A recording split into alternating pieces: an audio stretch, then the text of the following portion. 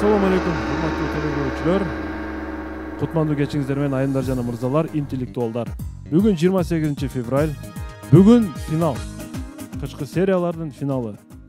Барыңыздарга маалым болгондой, жападан жалгыз бир гана команда финалга чыккан. Бул Сагынбек Мамановдун командасы. Мына ушул команданын биз бүгүн кайра чакырдык.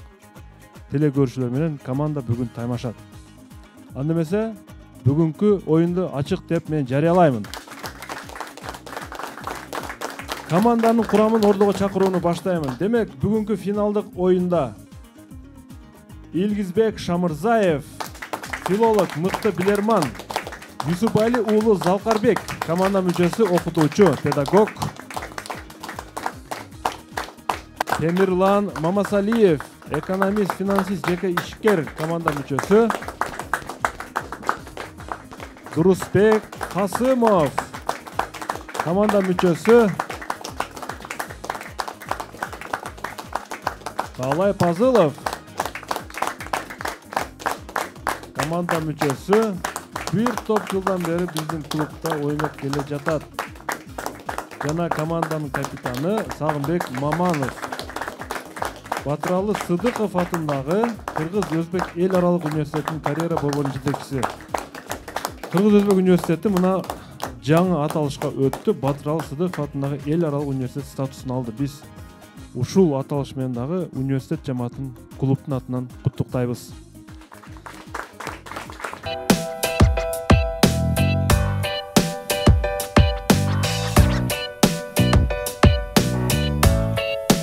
Сагын мырза, дагы бир жолу кош келипсиздер.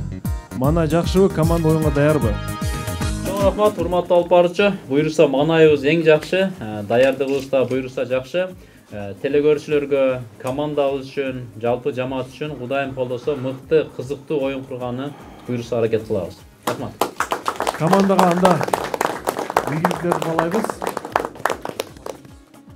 Урматтуу телекөрүүчүлөр, бүгүн финалдык оюнга бул команданы колдоп бир топ биздин өнөктөштөр, демөөрчүлөр келген.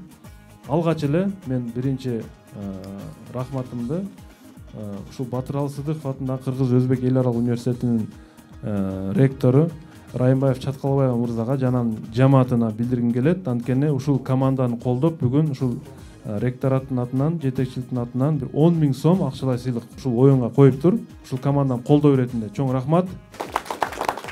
Андан кийин болсо бул жерде мына биздин Ош шаар мэриясындагы жаштар комитетинин жетекчиси Иззатбек Бекмаматов мырза бүгүн студиябыздын коногу. Иззатбек мырза, кош келипсиз. Андан сырткары Бэбилон окуу борбору, Секом окуу борбору, Актив дизайн, каллиграфия жарнак борбору мына ушул биздин өнөктөштөр дагы өздөрүнүн тиешелүү байгелерин бүгүн алып келген. Көбүнчө ушул мыкты билерман менен мыкты оюнчуга булар ушул акчалай сыйлыктарды тапшырабыз деп атат. Урматтуу телекөрүүчүлөр, демек биздин дарегибиз Ош шаар Ленин көчөсү 330 Билерман Ордо интеллектуал оюну деп кат аркылуу почтадан жөнөтүңүздөр жана Инстаграмдан Билерман сызыкча мына Билерман астыңкы сызыкча Ордо мына биздин расмий баракчабыз. Бул жерге катталып биздин кат куржунга суроо жөнөтүңүздөр. Жоо менен болуш керек сөзсүз, фото сүрөт дегенде жана Facebook'та Билерман Ордо, Mail.ru'da болсо bilerman-mail.ru. Жана YouTube'да бизди Билерман Ордо деп издеп көрсөңүздөр болот. Биз ар оюнду YouTube'га жүктөп атабыз. Биздин дагы бир өнөктөшүбүз бул Атамекендик өндүрүш фирмасы Барбол кондитерлик компаниясы. Барболго биз ыраазылык билдиребиз. Өзүнүн шириндиктери менен биздин Билерманды кубандырып келет.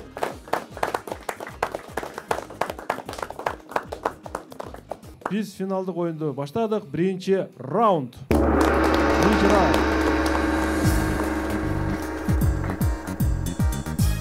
Илгиз мырза өткөнкү оюнда команданы өтө оор кырдаалдан чыгышына себепчи болгон.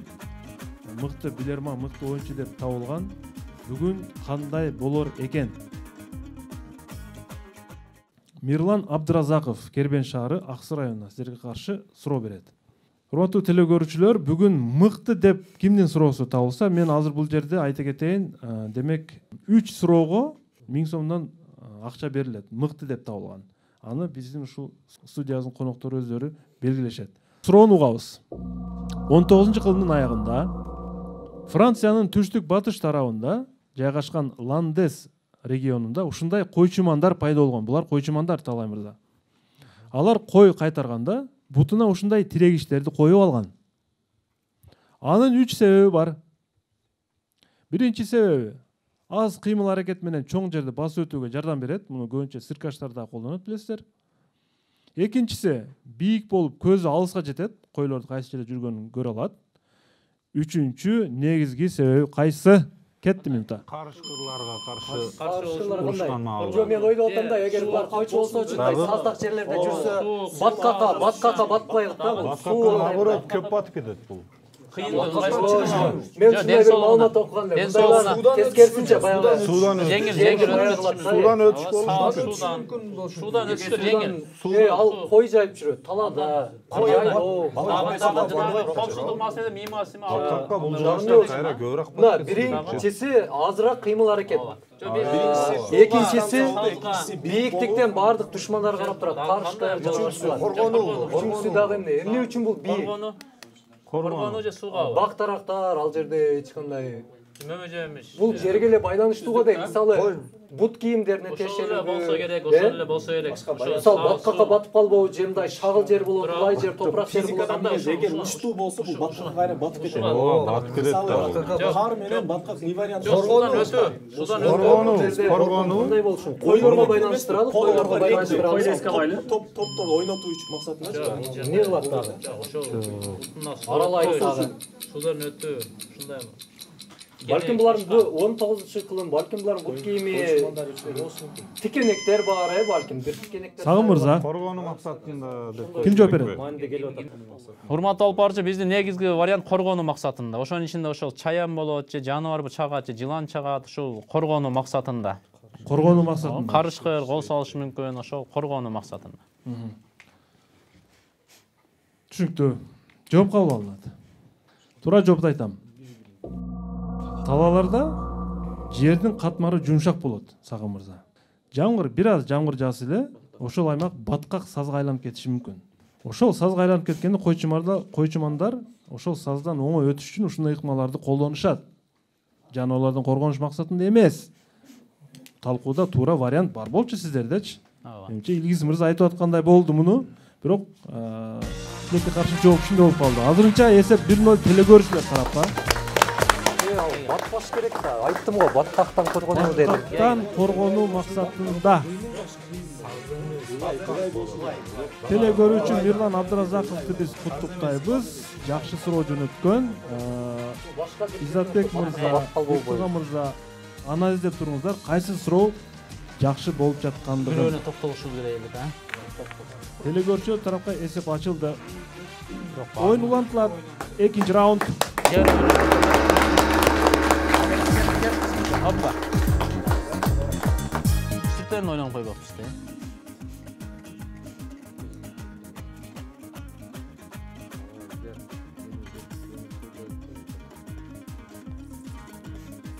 Кимдин суроосу? Эсен Абдиназаров, Кызылкая шаарынын тургуну сиздерге каршы суроо берет. Көңүл буруңуздар мониторго. Урматтуу билермандар. Сиздер көрүп турган бул сүрөт бардык эле жерге байланыштуу. Кыргызстанга дагы бул тиешелүү. Кайсы бир деңгээлде. Кызыл айлана турган жерде бир сөз бекитилген. Урматтуу билермандар, сүрөттү жакшылап анализдеп, бир кандайдыр бир эмелер турат да бул жерде, байкап атасыздар. Эмне деген сөз бекитилиши мүмкүн жана бул жерде эмне бар өзү? Кетти минута. Эки стрелка, жылдыздар, галактика, жылдыздарга карап эмнени аныктайбыз? Жылдыздар төлгөсү, Жер менен дагы айлануусу. экөө эки жака кетип атат да, мужской, женский дегенде эле түшүнүп атам мен. Бул жерде жашыруу сөз бар дейт, э? Ошондо эки жерде эки сөзбү же бир эле сөз болуп атабы? Мен ошону Бир сөз. түшүнбөйт азырчы. Эки стрелка эки жака түшпөгөндөй да эми? Бир сөз чыгат да. Биринчи көрүнүп турган жердин айлануусу болушу мүмкүн. Дагы. Кийинкиси Жердин айлануусу. айдын жерди айлануусу болушу мүмкүн. Сааттык алкактарга тиешеси жокпу? Жылдыздарга карап бир сааттардын өзгөрүүсү. Кандай вариант? Ya күн түн дегендейби? Жок, жер менен эле Ислами жактан да карап көрөлчү, баягы балким өтөн Башка эмне? бир аз бийикте турат. Так, эмне болуш мүмкүн дагы? Кайсыга? Жер менен эле ай Жер менен айдын айланыш эмеспи? Жердин айлануусу анан айдын жер айлануусу. Спутникпи? Жер. Сагым мырза Эмне кылайлы? Жооп бере берелиби же? жооп берет. Же ордодон алайлыбы? Сагым мырза. Дурус Касымов жооп берет. Бонус берейинби? Же урматтуу алып барчы Дурус Касымов жооп берет. Дурус мырза, караңыз. Бир тарабы башка көрүнүштө, бир тарабы башка көрүнүштө. ЖБ дагы кайсы бир тарапта көрсөтүп турат да, бул тарап депчи. Демек ошол тарапта бир жазуулар бар да. Кыргызстанга тиешелүү болсо. Эми күн менен түндүн алмашуусу, билбейм, башка ойго деле бир жакшы алгылыктуу нерсе келбей атат да.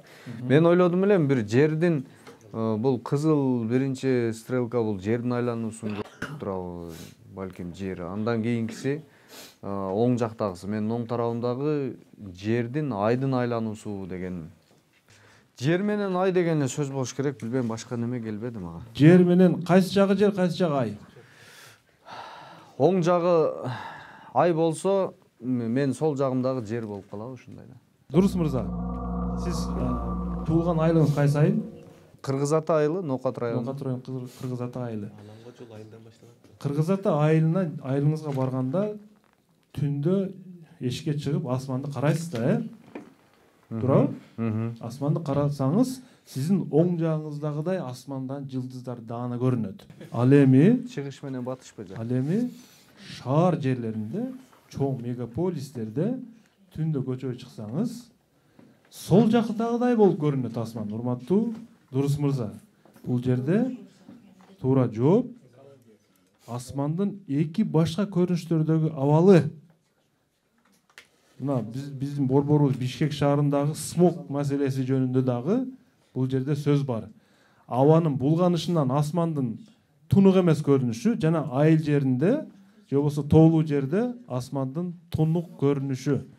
Эки башка катмардын көрүнүшү, урматтуу билермандар. Шаар асманы жана айыл асманы. 2-0 эсеп. Ордодо туура жооп кимде барбы? Семетей мырза да бар. Дагычы? Башка эч кимде жок экен. Азыр эсеп 2-0. Мен болсо бүгүнкү студиябыздын коногу Изатбек Беркмаматов мырзага кыскача сөз берсем, Ош шаарынын жаштар комитетинин төрагасы. Саламатсыздарбы, урматтуу билармандар, урматтуу телекөрүүчүлөр. Көп жылдан бери мына ЛТР телеканалы биларман Ордо аркылуу мына алып баруучусу Талант Канатбек уулу агабыздын жетекчилигинде абдан жакшы долбоор ишке ашып келет. Канчалаган жаштар билимге умтулуп, бул долбоор аркылуу жаштар канчалык билимге шыктанганын баарыбыз билебиз. Ошон үчүн биз дагы ошол Ош шаар жаштар иштери боюнча комитети интеллектуалдык иш-чараларга көп басым жасайбыз.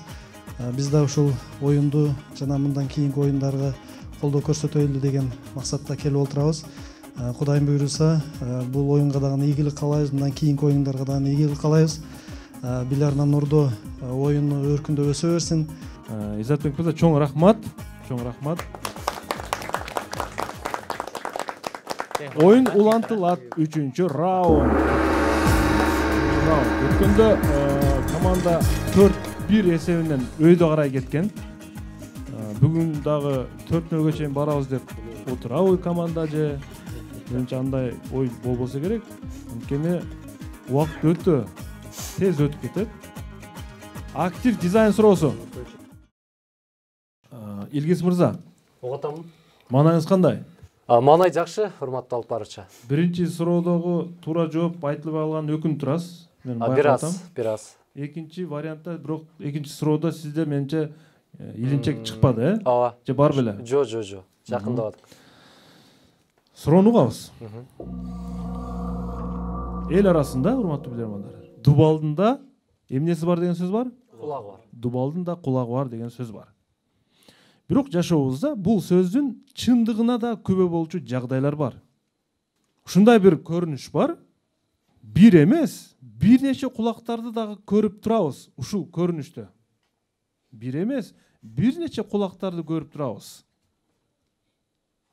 Урматтуу билермандар, бул жерде кандай дубал жөнүндө сөз кетип жатат? Кетти минутта. Урматтуу алып баруучу, мөөнөтүнөн мурда жооп берет, Илгиз Шамырзаев жооп берет. Илгиз, Урматтуу алып баруучу, белгилүү болгондой бул футбол оюнунда баягы топту дарбазага карай тепкенде бир оюнчулардан жандуу дубал тургузулат да, коргоо иретинде. Ошол дубалды назарда тутуп жатат. Бул жерде ошол жандуу дубалдын кулактары бар экендигин көрүүгө болот. Футболчулардын кулактары. Ооба. Жооп тура, эсеп 2-1. 1 минутта команданын үнөмүндө турат. Азырынча. 4-нчү раунд. 4-нчү раунд. Бакыт Юлан айланды.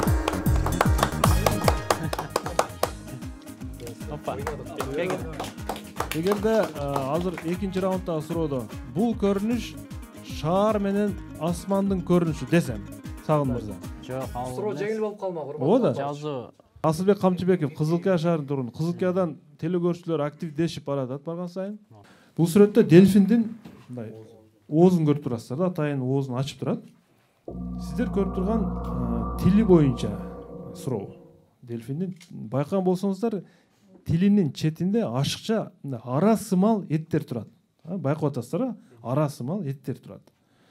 Бирок дельфин улам чоңойгон сайын алар жоголуп кетет. Эми сиздерге суроо. Биология илимдеринин доктору Авенир Томилиндин айтымында бул ашыкча ара сымал эттер кандай кызматты аткарат дельфинге? Кетти минута. Дельфин өз сүт эмичү. Жоголуштайбы? Чоңойгондо жоголуп кетет Жоголуп экен. кетеби? Кичинесинде жана болот экен. Жоголгондо анда сүткө байланыштуу. Дагын башка вариант. Тамакты майдалап берет. Дагын. Жок, бул эт да, бул эт. Жөнөкөй эле эт Ошол болчу. сүт боюнча. Андан кийин башка. Сүт эмүүсүнө ыңгайлуу болуш үчүн. Дагын башка вариант. Тилже мондай кылат туруп, сүт эмгенде мондай кылат. Кандай? Сүт менен суу аралашып кетпеш үчүнбү? Ошондой кармайт дейсиң. Жакшы вариант, жакшы вариант. Сүт менен суу аралашып кетпеш үчүн бар. Суун түрүндө эмет да. Ошондо жаап турат. Болушу мүмкүн. Ошондо сүт Экинчи. себеби чоңойгондо бул жоголуп кетип атпайбы? Бул кичинесинде эле сүт эмет. Дагын. Чоңойгондо баягы болот. Ошол элеби? Башка вариант. Деңиз жашоочулардан бир жалгыз дельфин сүт эмүүчүбү? Же Кит да эмечү? Ошол вариантта. Жа, ошо дельфин жаңылайлы. Дельфин табайлы. Байланыштуу болуп атат ошондо. Ошондо Башкачы. Организмде Мен чегин жакшылап кармап. башка вариант жокпу? ошого токтоло беребизби? Ошого токтолобуз, башка табияттын белеги экен да, мындайча айтканда. Кудайдын белеги экен ошондой. Чоңойгондо жоголуп кетсе, демек сүт эмгенде. Сагын мырза, ким жооп берет? Урматтуу алып баруучу, Темирлан Мамасалиев жооп берет. Темирлан. Урматтуу алып баруучу, бул жерде биз билебиз, дельфин бул сүт эмүүчү, суунун астында жашагандардан эсептелет. Мына ошол сүт эмүүгө байланыштуу болушу мүмкүн. Анткени ал суунун астында сүт эмүүдө ошол тилдери менен эмени ороп, мисалы, сүткө суунун аралашып кетпесин камсыздайт. Же болбосо суунун аралашып кетпесин тоскоолдук жаратат да бул тилдери. Анан чоңойгондон кийин уже бул эттери тартылып жок болуп кетет. Анткени өз алдынча азыктанууга уже мүмкүнчүлүк жаралат. Суу менен сүттүн аралашпашы үчүн кызмат кылат. Жооп туура. 2-2 эсеп. 2-2 команда кайрадан телекөрүүчүлөр менен теңдешти. Жана таң калдым чындыгында дельфиндин, караңыздар. Ушундай бир данышмандык бар да, дельфин жаратылышындачы барып жок болуп кетет экен. 5-нчи раунд.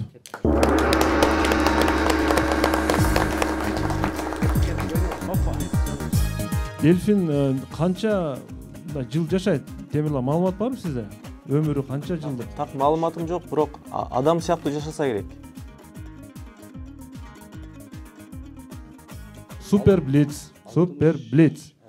3 суроо 20 секундадан жана команда бирөөнү калтырыш керек. Кимди жаңылайлы? Илиз калтырайлы. Урматтуу алып баруучу, биринчи суроодо бир аз жооптор бар эле, бир өкүнүп атат. Эми азыр Супер Блицте жеңет деген ойдобуз. Команда ишенди, келгисизге ийгилик.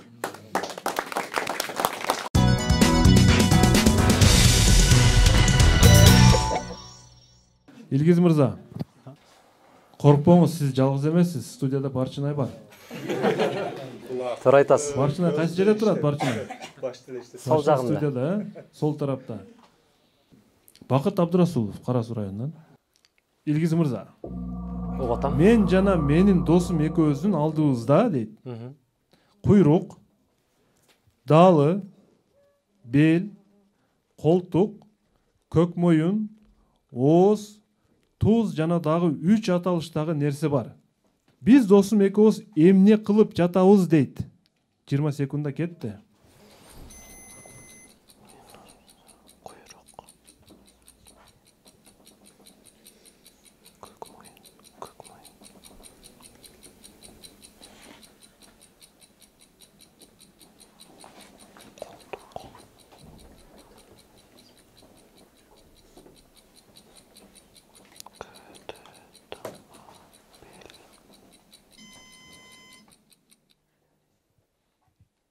Илгиз мырза,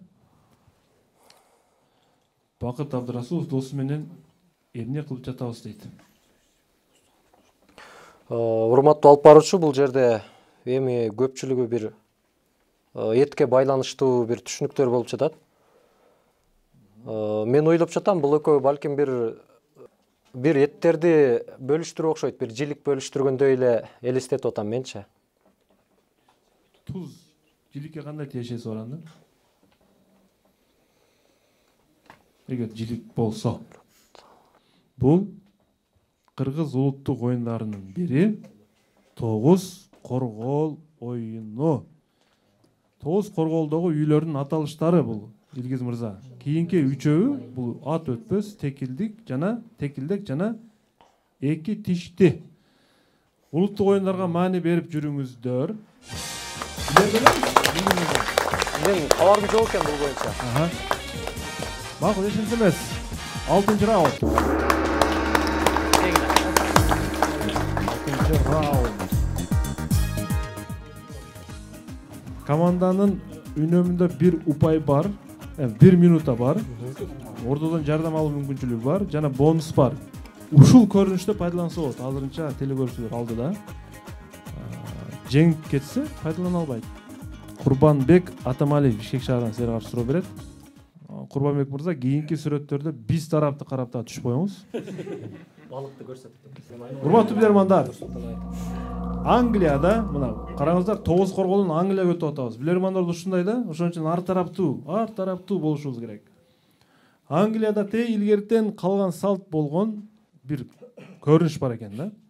Ал салт боюнча карапайым адам дүйнөдөн кайтса,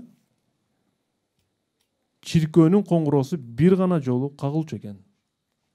Ал эми мансаптуу адам дүйнөдөн кайтса 2 жолу, падышанын туугандарын бирөө дүйнөдөн кайтса 3 жолу, ал эми падышанын өзү дүйнөдөн кайтса 4 жолу кагылып элге жарыя болчу экен.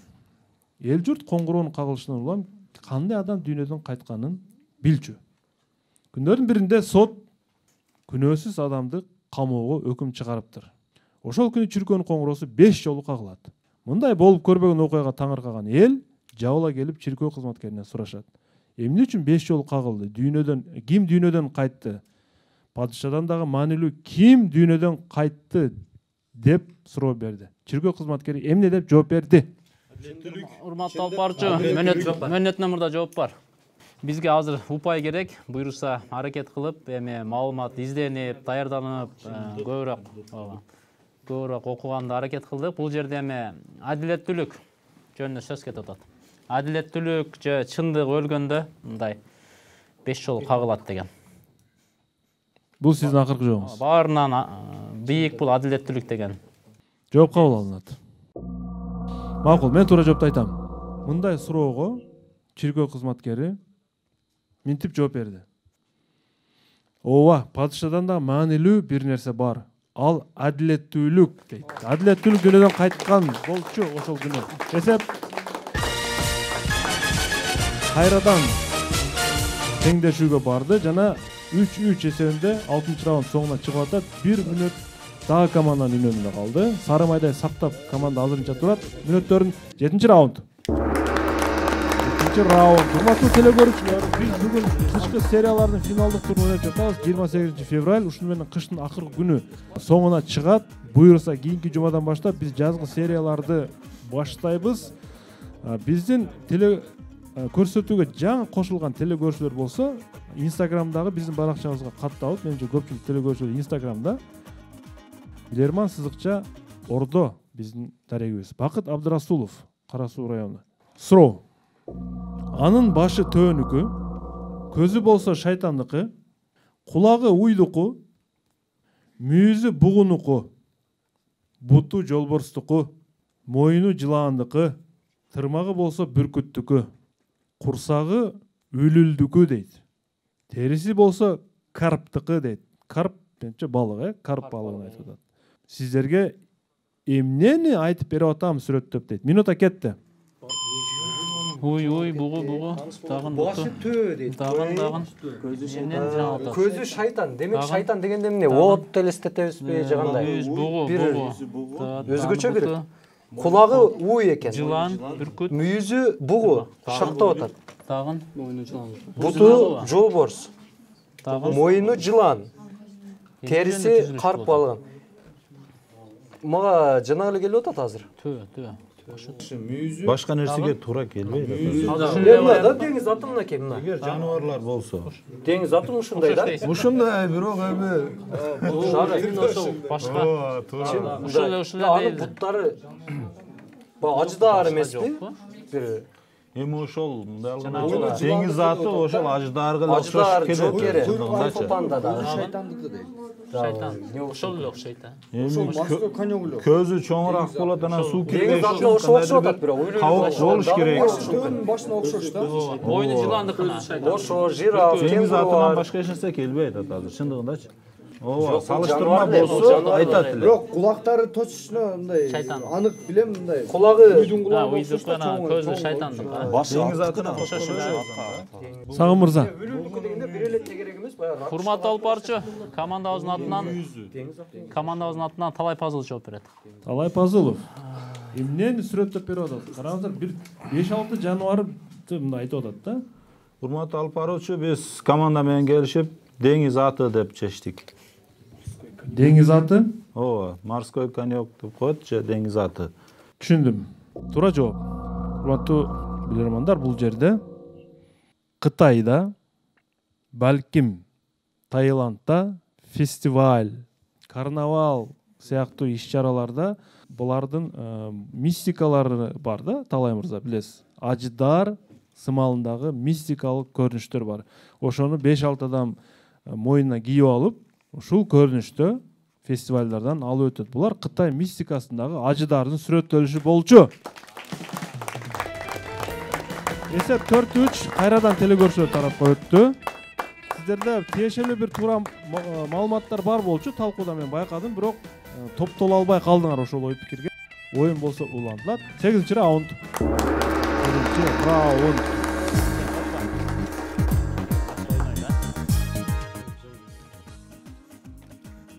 Илгиз мырза, ушул аждарга сиз ынанып турат белеңиз? Мен негизи аждарды айтып өттүм вариантта, бирок мындай тамаша вариантында айтып койдум да менчи. Теги аждар жоокер деп Кунг-фу панданы эске алып койдум мен. Көптөгөн Кытай кинофильмдеринде дагы мына ушундай фестивалдардын бир фрагменттерин байкасак болот. Жазгүл Ахматкулова, Сүлүктүү шаарынын тургуну, сиздерге каршы суроо берет. Урматтуу билермандар. Ушул сүрөткө телекөрүүчүн эмес. Мен кайсы бир сүрөттүн назарга айтып атам. Берилүү менен карасаңыз, Талай мырза, артындагы асманды, бийик тоолорду, дарыялар менен адырларды, кыйшык жолдорду, таш көпүрө жана дарактарга көңүлүңүз бурулбайт. Себеби ал оюңузду ээлеп алат. Ал ким? Бар ошол нерсе. Жооп даяр. Ооба. Мөнөтүнөн мурда жооп берет Илгиз Шамырзаев. Илгиз мырза. Жанагы эмес ошо валютадагы бар. Урматтуу алып баруучу, бул Лувр музейинде турат бүгүнкү күндө. Бул Мона Лизанын сүрөтү. Көпчүлүк адамдар ушул Мона Лизанын сүрөтүнө карайт, бирок анын артындагы жаратылыштын, табияттын көрүнүшүндө азыр сиз айтып өткөн өзгөчөлүктөр бар. Сиз муну Мона Лиза дейсизби? Ооба, Жооп Жаконда. кабыл алынат. Жооп кабыл алынат.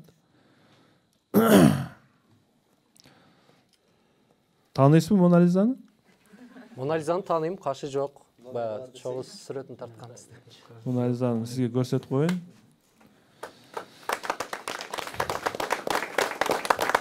Кантип сиздин оюңузду ээлеп алышы мүмкүн ушу Мона Лиза, Илгиз мырза? Кашы жок, бул эми ошол мезгилдерде кашы жок айымдар сулуулуктун белгиси болгон да, урматтуу алып баруучу. Анан анын үстүнө муну тартуу үчүн канчалаган эмгек кеткен, канча да бүгүнкү күндөгү шедевр сүрөттөрдүн бири да. Бирок жооптуу уран. Бул Мона Лиза. Команда кайрадан телекөрүүчүлөр теңдешти. Бир куушуп бараткандай бир оюн болуп атат. Бирок мен бир нерсеге таң калып атам. Команда же мөөнөтүнөн мурда туура жооп берип атат, же талкуулап туура эмес жооп берип атат. Бир кызыктай бир көрүнүш болуп атат. 9-чу раунд. 9-чу раунд.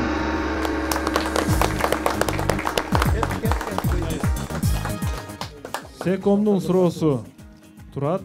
Секомдун суроосу мен Нияз Ташматовдун Секомдун байгеси Нияз Ташматовго коюлду. Лондондон атайын видео суроо кылып жөнөтүптүр. Бүгүн Изатбек мырза дагы мыкты билерман жана мыкты суроону тандаш керек. Алмазбек уулу Тыныбек Лейлек районунан силерге каршы суроо берет. Урматтуу билермандар, Лукман алейхиссалам, Лукман Хаким деп дагы көп жерде айтылып жүрөт. Ээн талаага барып өзү жалгыз отурууну жакшы көрчү экен. Анан адамдар сураптыр. Сен көбүнчө жалгыз отурасың. Андан көрө адамдарга аралашып, аларга бир насаат айтып, аларды бир мындай бир туура жолго багыш чакырбайсыңбы, ошол пайдалуу эмеспи десе, Лукман Хаким эмне деп жооп берди бул суроого? Кеттим. Адамдар арасында аларга аралашасың, сүйлөшөсүң, бирөөлөрдү ушактайт, баягы кулагың угат, күнөө кылат, көзүң көрөт, күнөө кылат, оозуң сүйлөт, күнөө кылат. Лукман Хакимби? Жок, эми бул данышман көп баягыларды өтө тарбиялык баягыларды айтып экен да. Эми элдин арасында эмне көп? Бир жаман ишке шерик болуп калышы мүмкүн, Дарыгер болгон да, туурабы? Мал боюнча маалыматым жок экен. Акылмандагы болгон. Жок, эмне үчүн жалгыз отурат ал? Эмне үчүн жалгыз отурасыз деди. Анан айтпайсыңбы? Жаратылыш менен ошол сүйлөшүп отурат. Саташ үчүн биринчи өзүм тарбиялоо максатында деген. Бул жерде сабырдуулукка тарбияланып атабы, эмнени жанагылып атат? Жок, өзүнүн дарыгер болсо, тарбиялык баягылар көп айткан да бул. Мен өзүмү дарылап атам деп дагы жооп бериш мүмкүн да. Өзүмү дарылап атам. Элди айтып атат. Эмне үчүн элге аралашпайсыз деп иштен алыс атат. болуш үчүн эле ошол эле. Мисалы азыр эки адам сүйлөшсөк, эми сөздүн арасында бир туура эмес пикирлер чыгышы мүмкүн. Кулак угат, көз көрөт, бир күнөөлөргө батат дегендей бир маанде. Тилин сүйлөп коюшу мүмкүн жаман нерсени. Күнөө болуп калып ошондо ордо болбойбуз, а? Күнөөнү Саламбек мырза. Урматтуу алып баруучу, бул инсан жөнүндө тарыхын же көп жакшы сөздөрүн окуп эле билип жүргөнбүз, көптөгөн китептерден, бирок бул жер аябай кыйын болуп атат. Мен жеке биздин команда, биздин оюбуз сөзсүз ал дүйнөдө жалгыз каласың, жалгыз жатасың, ал дүйнөдө. Ошол сыңары көп элдерге, көп инсандарга мындай убакыт кетирбей, же күнөө иштер кылбай, же жаман ушакты укпай, жаман сүйлөбөй, күнөө кылгандын ордуна мен эртерээк өзүмү тарбиялап, өзүм күнөөдөн алыс болуп, анан аркы дүйнөгө даярданатам деген маанинен айткан. Сен аркы дүйнөдө жалгыз жашайсың деген. Досуң эч ким болбойт, элдер сен жанында болбойт деген философияны берген. Мен көп жылдар китеп окуган болчумун, бирок ушундай жазган болсо керек. Ордого бир кайрылгым келип турат. Ордодо кандай пикирлер бар? Мен ойлоп атам, бул ошол сүйлөп, Илгиз мырза да айтып өттү, сүйлөп, көрүп бир нерселерден күнөөгө батпайын деген максатта ушундай жалгыз олтурса керек деп. Ушундай фраза окканбыз. Кээде жаратылыш бул эң жакшы маектеш. Ал тынч гана сени угуп турат деген фразаны айтышы мүмкүн да. Мухаммед пайгамбардагы баягы табигат менен жана ошондой эле Кудай менен байланышуу алдында ушундай бир үңкүргө барып өзү жалгыз көп учуу мезгилин өткөргөн экен жалгыздыкта. Ошол жалгыздыкта өзүнү табуу максатында ошондой жалгыз өзүнү өзү табуу, өзүнү өзү аныктоо максатында деле жалгыз болушу мүмкүн деген. Оюм баягы жалгыздык бул жаман достон жогору деп коет да. Ошол сыңар жалгыз жүрсөң дагы мындай наоборот, мындай өзүң менен өзүң сүйлөшөсүң деген мааниде. Түшүнүктүү. Мен эми туура жоопду айтайын. Ээн жоо мындай болуп атат Лукман Хакимден. Көп убакыт ээн талаада жалгыз калуу бул пикир кылууга, ойлонууга абдан оңтойлуу убакыт. Абдан оңтойлуу учур.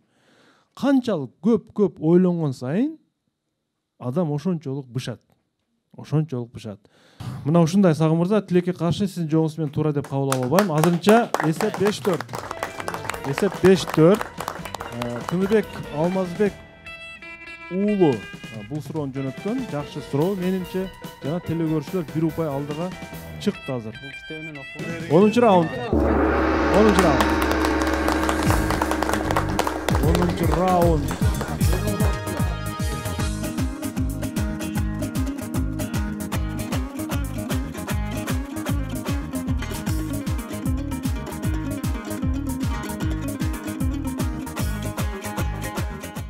Секомдун суроосу.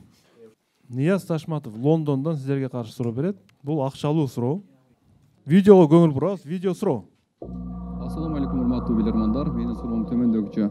Лондондо белгилүү бир унаанын түрүн айдоо үчүн айдоочулар 4 жылдан кем эмес окуп билим алып, Лондондун баардык көчөлөрүн жана 5000ден ашуун имараттарды жатка айта билиш керек. Алардын кайсыл жерде жайгашканын жана кайсыл көчөдө экенин так айта билиш керек. Мына ошондон кийин гана ошол унааны айдоо укугуна ээ болот. Бул кайсыл айдоочулар тууралуу сөз болууда? Бул велосипед эле эмеспи? Жок, велосипед. Автобус. Аларга кандай жазасыз бар? Имаратта отат. Туристтерди алып жүрөт алар. Бардык имаратты билиш керек. Туристтер дагы эмне бар? Почта кызматы жок азыр, аларда. 2 кабаттуу автобус. Эмне бар дагы? Автобус, мотоцикл, такси кызматкерлери. Дагы кайсы жерде көрдүңүз? Пожарный да болушу мүмкүнбү? Эми ал Жок, Лондонго туристтер Лондонго байланыштуу имаратты билиш керек. Биринчи Англиядан Лондондо болгон да. Аркасынан өтүп 4 жылдан автобус велосипед турат артында. 2 кабаттуу автобус. Дагы мотоцикл, дагы эмнелер бар. Булар туристтерди ташыйбы? Эмнеге билиш керек алар? Алар билиш керек да. айдоочулар билиш керек. Ал өзүнүн баягыларычы Айткан программасы боюнча регламент. Имаратка жетип барыш керек, билиш керек. 4 жылдан ашуун деп атат. Аны жөнөкөй жеңил машинада айдаш оңой болбосо керек менимче. Ошончо адамды жүктөп алып ана 2 кабат кемдейлүүбү? Ошол 2 кабат Лондондун өзгөчөлүгү ошол. Эми такси десең тура келбей калат. Туура келбей калат. Ордон бекемделүү. Ушуну айтырайлы. Жок, ордон алып көрөлү. Ордон бекемдеп көрөлү. Жок, ошол Жок, тура эле. тура эле. 2 кабаттуу автобус. Коркуштун кереги жок. Башка вариант чыкпаса керек. Сагын мырза. Көрбөйлүбү? Кандай чечим келдиңиздер? Бекеле күйүп кетет. Сагын мырза. Ордон жардам аласызбы же жооп бересизби же мүнөт Барчы пайдаланасызбы? команда негизги ишеничтүүрөөк вариант болуп атат, бирок жалгыз тарак бак болбойт дегендей биздин команда башка билермандар менен бир аз кеңешели. Ордо 20 секундда кетти. Лондондо такси, мисалы автобус белгилүү бир эле багытта жүрөт да такси Регламенти бар деп атам да ошо. Жок, эң кыйын экзамен өтүп турган эң кыйын такси. 5000 имаратта отат. Автобустун регламенти бар да, ал өзүнүн регламентине жүрөт. Ал берки кирет. Лондондо отдельно өзчө таксисттер алар. Лондон таксиси. Таксисттин машинасы да өзүнчө болот. Автобустун регламенти бар да, мисалы Оштогулар деле регламент менен. Жардам токтотобуз. Урматтуу алып баруучу, мисалы жеке мен дагы көп, мисалы үчүн Азербайжан мамлекети же чет мамлекетке көп барганбыз. Биз дагы биринчи вариант команда чыкты. Бул 2 кабаттуу автобустун ээлери же айдоочулар дегендей. Экинчи ушул эле мүчөлөр, команда көпчүлүгү башка билермандар. Бул мындай такси айдоочулары деп атат, таксисттер. Ошол соңары таксисттер болушу мүмкүн. Себеби мисалы үчүн көп мамлекеттерде өзгөчө ошо таксилер бар. Аларга аябай октуу, анан көптөгөн өзгөчө көчөлөр бар, көп түрлүү. Анан ошол жерлерге дагы өзүнчө бул кыйын. Ар бир ал жерде миллиондогон туристтер келет, алардын ар бирине өзгөчө мамиле кылуу, этикет жана башка. Ошон үчүн биз такси деген таксист айдоочулары жөнүндө сөз болуп атат. Жооп кабыл алынат. Видеонун туура версиясын сиздерге коюп берейин азыр. Жооп төмөндөгүчө. Өзүңүздөр артында көрүп турган унаа бул Лондон таксиси. Дал ушул Лондон таксисин айдоо көлүгүнө ээ болуш үчүн 4 жылдан кем эмес окуп билим алып, анын ичинде Лондондун баардык көчөлөрүн жана 5000ден ашуун имараттарды кайерде жайгашканын жатка айта билиши керек. Ошондон кийин гана атайын көөлүккө ээ болот. Ордон жоо туура.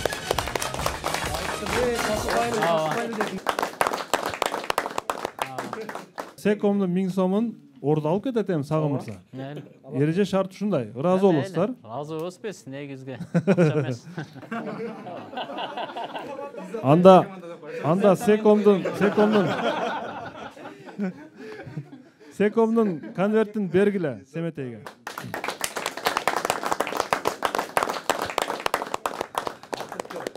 Мына чечүүчү раундга келдик эми. 11-ci раунд. Белес Абдысаттар уулу. Урматтуу билермандар. 1657 жылы Оливер Кромвелл бул мамлекеттик мекемени, мамлекеттик кызматты уюштуруу жөнүндөгү актыга коомдук бакубаттуулукка каршы коркунучтуу жана зыяндуу кутумдарды ачуунун жана алдын алуунун мыкты жолу деп жазган. Ошол мамлекеттик мекемени уюштуруу жөнүндөгү актыга. Анын миссиясын айтып атат да. Суроо. Жаңы түзүлгөн кайсы мамлекеттик мекеме коомго зыяндуу кутумдарды ачууга жана алдын алууга жардам берген? Жаңы түзүлгөн мекеме азыркы бүгүнкү күндө кандай деп аталат? Эмне кызмат жөнүндө сөз кетип атат? Кетти. Алдын алуу коомду башка эме жанагы кетпе сасаалдык. Жабап берип турат да. СМГ окшош. Безопасность. Жок болсо антимонополия болушу мүмкүн. Антимонополия да болушу мүмкүн. Почта болушу мүмкүн. Почта кызматкер, почта кызматкерлери да жооп берип турат. Сасаалдык. Почта ага чейин деле болгон. Почта 1657-жылдары. Кичине жалпак баягыда түшүндүрүңүздөр эле мага. Жалпак баягыда. Каршы күрөшүү. Жакырчылыкка каршы күрөшүү болгондо бул жерде салык маселеси болушу мүмкүн. Сүйлөшүүлөрдү кутумдарды уюштурган адамдардын ошол эмне айтканда каталык болот. Терроризмге каршы эмне болушу мүмкүн? Алдын алуунун жолу бул демек почта экен да. Жок, дагы антимонополия деген азыр неме бар да? Антимонополия деген служба бар. Уксаңыздар, бул жерде жок. Антимонополия деген служба бул салык, мисалы монополисттер бир товарды кымбат сатууда бул жерде дискриминация болушу мүмкүн. Жакыр болуп кетүүнүн алдын алууда. Мен суроо түшүнбөдүм. Вариант чыгарып берем. Мен соодагерлер, журналисттер да кимдер? Мына мамлекеттин чыргалчылыгына зыян келтирүүчү салыкчылар, алдын алуу сендер бар го. Агент Агенттер. Мекемесинин аты эмне? Охрана, служба национальной безопасности деп коет азыр. Коопсуздук. Ал кандай деп кызматын аткарган. Коопсуздук кызматы дейсиз. Бул ага чейин болсо эле коопсуздук. 1657 гезит кайсы жылы чыккан? Сагын убакыт баягы Таймс.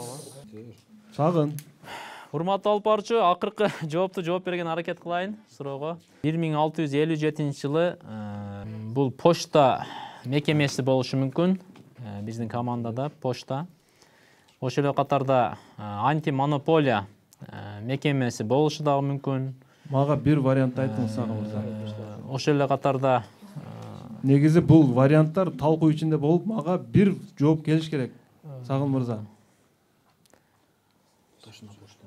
Тоокел кылдык, алганы Кудайдан биз почта кызматына токтодук. Жооп кабыл алынат. Жооп туурабы же туура эмеспи азыр көрөбүз. Сагын мырза почта кызматына токтолду. Демек, мындай коркунучтуу жана зыяндуу кутумдарды ачуунун жана алдын алуунун мыкты жолу бул почта кызматы. Жооп туура.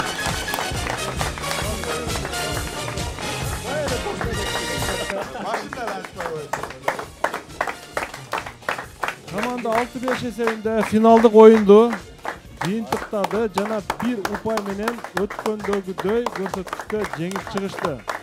6-5 эсебинде кышкы сериянын финалдык оюнунун соңуна чыкты. Өтө оор тандоо. Сагын мырза айткан интуициянын бир 200% иштеп кетти бул жерде. Жеңди, эптеп жеңди, жакшы. Жеңилип калыш мүмкүн эле да. Эми оюнду жыйынтыктайбыз, жыйынтыгын чыгарабыз. Изатбек мырза, сиз мына башынан бери турасыз, Изатбек мырза. Кайсыл билерман, оюн тууралуу кыскача оюңуз, убактыбыз да өтө эме болуп калды. Кыскача оюңуз, анан кийин кайсы билерман сизге жакты, симпатияга ээ болду жана кайсы суроо? Рахмат чоң, урматтуу алып баруучу. Бүгүн оюн абдан кызыктуу болду. Оюнчулар дагы абдан берилип жакшы ойношту. Ошол эле учурда суроолор да абдан кызыктуу, жакшы суроолор экен. Бул жерде абдан тең барып акырында чечүүчү маселеге келгенде ошол капитан команда жакшы суроонун жообуна токтолуп, бүгүн капитан команда ушул жеңишке алып келүүшүнө бир топ чоң салым кошту. Ошон үчүн негизи эле бардык командада бардык оюнчу абдан жакшы ойноду. Бирок акыркы чечүүчү ролду капитан команда абдан жакшы жыйынтык көрсөтө алды десем болот. Ошон үчүн мен ошол Ош шаар жаштар иштери боюнча комитетинин атынан ошол мыкты капитан, мыкты команда, мыкты оюнчу деген атайын акчалай белегибизди ошол капитан командага берсек, капитан команда эми албетте команда менен бөлүшөт да. Сагым Маманов мыкты оюнчу деп табылыптыр. Эми кайсы суроо сизге жакты, Изатбек мырза? Мага ошол жанагы ажыдарды сүрөттөгөн суроо дагы жакшы суроо болуптур. Чынында эми ошол айтылган сөздөрдү, айтылган эмелерди сүрөт тарта койгондо деле ажыдардын сүрөтү келип чыгышы мүмкүнбү? 1 минут 2 минут ичинде чыкмакта ажыдарчы. Булар тарткан жок, ошон үчүн туура айтасыз. Ошон үчүн ошол суроого Ош шаар жаштар иштери боюнча комитетинин атынан акчалай сыйлыкты ошого берип коесуздар деген. Бакыт Абдрасулов. Бакыт Абдрасулов деген. Бакыт мырза, сизге жаштар комитетинин атынан акчалай сыйлык 1000 сом акча сизге берилет. Куттуктайбыз. Саламатсыздарбы, урматтуу телекөрүүчүлөр, урматтуу алып баруучу, урматтуу билермандар. Бүгүнкү оюн бүйүр кызыткан сонун оюн болду. Ал эми мага өзгөчө жаккандыгы бүгүнкү күндөгү баягы коңгуроонун 5-чи кагылышы, себеби жөнөкөй эле адам өткөн бул дүйнөдөн өткөн болсо бир кагылган, ал эми падыша ушундай салыштырып кетиптир. Ал эми адилеттик өлгөндө 5-чи кагылганы бул ушул суроо мага аябай жакты. Бул бүгүнкү күндөгү бир актуалдуу маселелерден деп айта алам. Ал эми бүгүнкү оюнда мыкты оюнчу деп биз бул жерден ордону алдыга алып чыккан ошол Сагым мырзаны мыкты оюнчу деп таптым. Сыйлык 1000 сом акчалай. Бүгүнкү оюнда Сагым мырза, бул Сагым мырзага бүгүн эч ким теңеле албады, ачыгын айтайлы. Өткөнкү финалга жолдомо берген оюнда Сагым бир аз адашты эле. Туура жооптор чыкса дагы ага токтолбой мүчүлүштүктөрдү кетирип жатты эле. Бул оюнда аябай тыкыр ойноду. Ошол эле учурда эки суроону, мына биринчисине мөөнөтүнөн мурда жооп берсе, экинчисине өзү кыйын кырдаалда жоопкерчиликти мойнуна алып, башында келген идеясын карманып, ошо команданы жеңишке себепкер кылды да. Андыктан бүгүнкү оюнда Сагымбектен өткөн мыкты киши жок. Чоң рахмат. Эми урматтуу клуб Семетей мырза, бул Секом окуу борборундагы 500 сом акчасы бар да. Бүгүн мана 6 суроону команда тапса, анын экөөсүнү мөөнөтүнөн мурда Илгиз мырза жооп берди. Андыктан бул 500дан да Илгизге берейли. Секомдун акчалай сыйлыгы. Эми урматтуу телекөрүүчүлөр, оюндун эң акыркы моменти бул ушул команда, басымдуу команданын дээрлик басымдуу бөлүгү ушул Кыргыз Өзбек университетинен бүткөн студенттер. Учурда ал жерде иштеп жатканы бар, башка жерде иштеп жатканы бар. Мына ушул университеттин жалпы эмгек жамааты, мына азыр Батырал Сыдыков атына эл аралык Райымбаев Чаткалбай ректор баш болуп ушул командага бүгүн 10 000 сом акчалай сыйлыгын белек катары берип жиберди. Финалдык оюнга деп Сагым мырза кабыл алып коюңуз. 10 000 сом акча сиздерге Кыргыз Өзбек университетинин ректораты. Куттуктайбыз. Чоң рахмат. Бул колдоо үчүн.